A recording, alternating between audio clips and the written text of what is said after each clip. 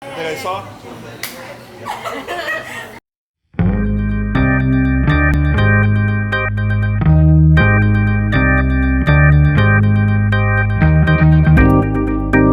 Meu nome é Clementino Júnior, sou cineasta, educador audiovisual.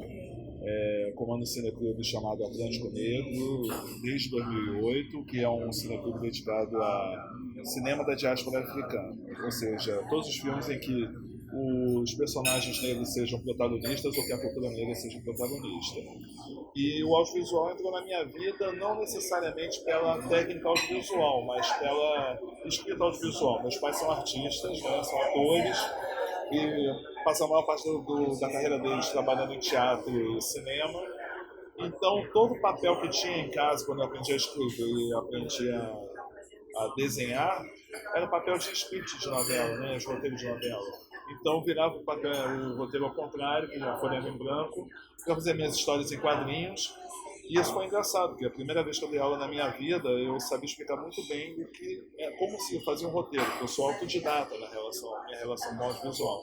Eu sabia explicar muito bem por que o cabeçalho era daquela maneira, como era que se deslocava, como se organizava a ação, a descrição das ações, os diálogos, o que era uma rubrica. Eu sabia explicar tudo isso porque eu batia texto quando era novo com meus pais. Agora, a vontade mesmo de ser cineasta só veio de toda a minha fuga de fazer cinema na universidade. Eu achava que não era uma coisa para pretos, porque não via esse protagonismo expressado na cadeia do audiovisual. Eu sou da geração do VHS, se for pensar a questão doméstica, né, do audiovisual em casa.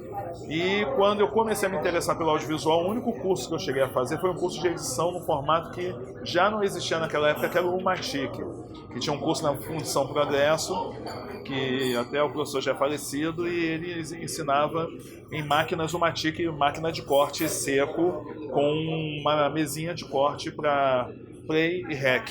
Era muito básico. E daí eu comecei a ter contato com outros formatos quando eu resolvi estagiar. Eu fiquei estagiando durante 3 anos na Rede Globo sem ganhar um tostão, bancando minha própria condução e meu próprio lanche, para tentar uma oportunidade.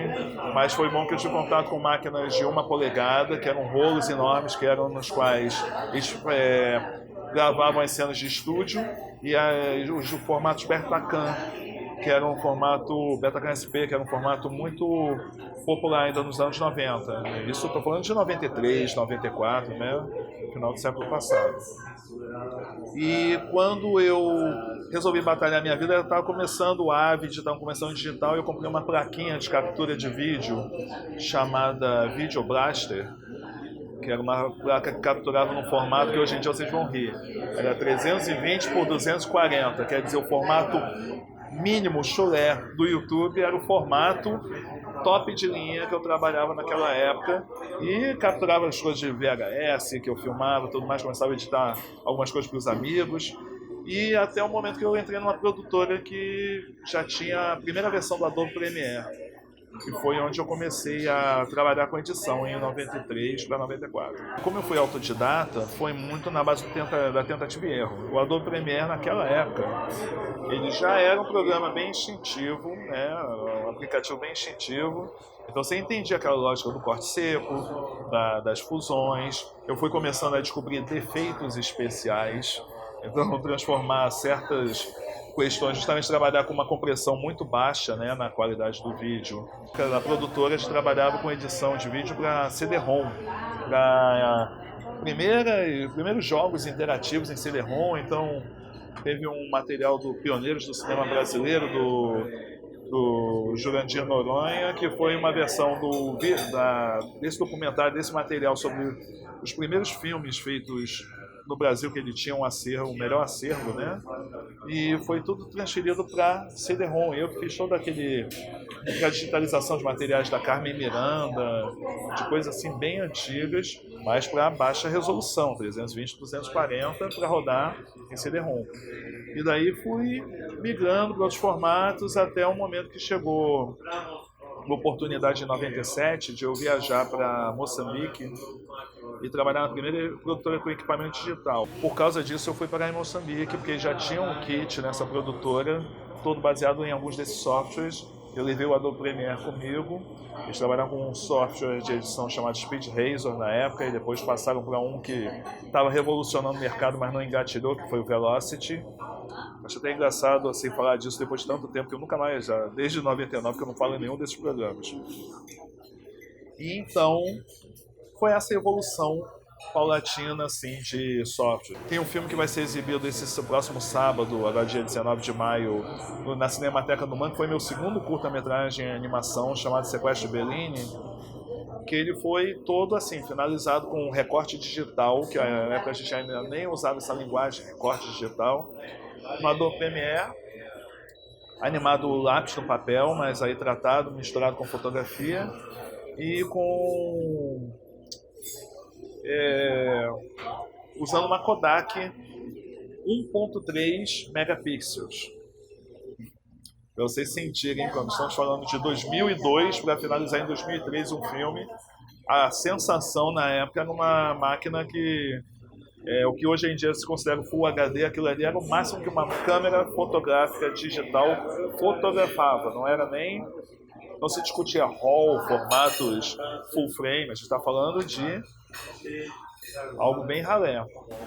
E aí o resto foi mais a evolução mesmo da mídia. Passei pelas fitas mini DVs, que os festivais começavam a exigir formatos de apresentação quando migrou para o digital. Então os filmes que antigamente eram em película já começavam a ser apresentados em digital, a princípio em formato de vídeo profissional, que era o Betacam, mas o Betacam foi morrendo com o surgimento das DVCams, dos formatos HDCam.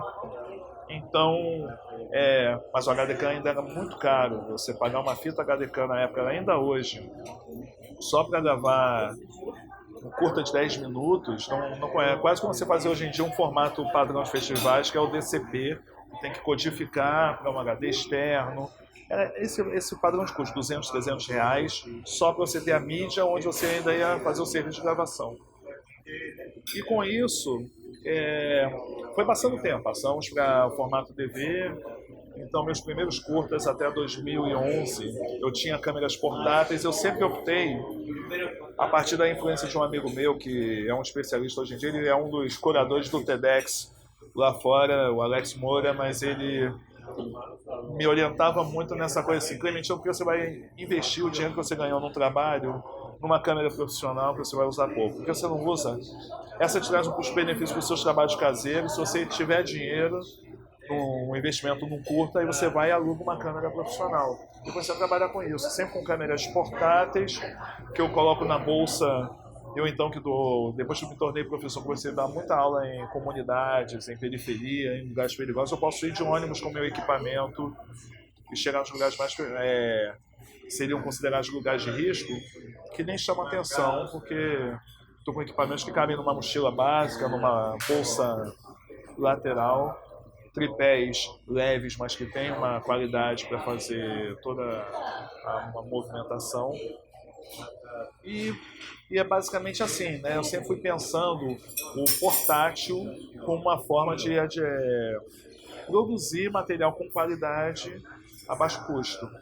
E até, inclusive, um nome do meu curso, né, que depois eu implementei de audiovisual no Cineclube, é o Memória Portátil, porque eu trabalho justamente nessa questão de filmes etnográficos feitos a partir de smartphones, celulares ou câmeras portáteis.